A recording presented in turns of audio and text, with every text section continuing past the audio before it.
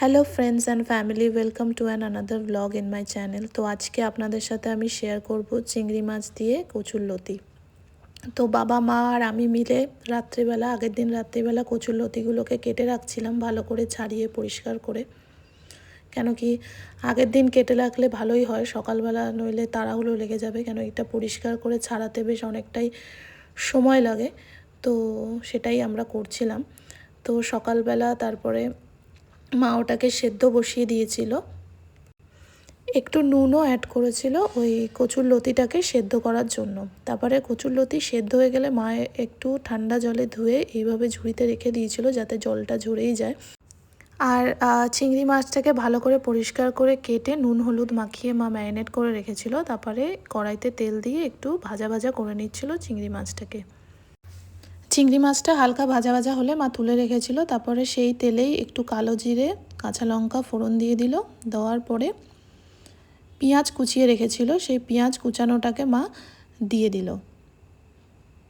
এবার পেঁয়াজটা একটু হালকা ব্রাউন হয়ে আসলে মা ওর মধ্যে দিয়ে দিয়েছে রসুন বাটা, হলুদ, নুন আর চিনি।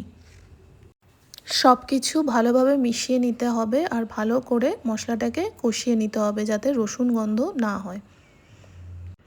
তারপর মশলা ভালো করে কষে আসলে ওর মধ্যে সেদ্ধ করা লতিটাকে দিয়ে দিতে হবে আর সাথে ভেজে রাখা চিংড়ি মাছগুলোও দিয়ে দিতে হবে। দিয়ে মশলার সাথে চিংড়ি মাছ লতি ভালো করে মিশিয়ে মিডিয়াম ফ্লেমে চাপা দিয়ে এটাকে কষিয়ে ভাজা ভাজা করে ভালো করে এটাকে কষিয়ে নিতে হবে।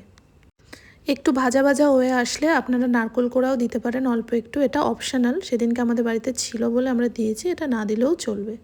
তারপরে ওটাকে ভালো করে মিশিয়ে নিতে হবে আর লো ফ্লেমে রান্না করতে হবে। লতিগুলো একদম সেদ্ধ হয়ে এরকম মাখো মাখো ব্যাপারটা যখন চলে আসবে বুঝে যাবেন আর তেল ছেড়ে দেবে যে আপনাদের লতি রেডি।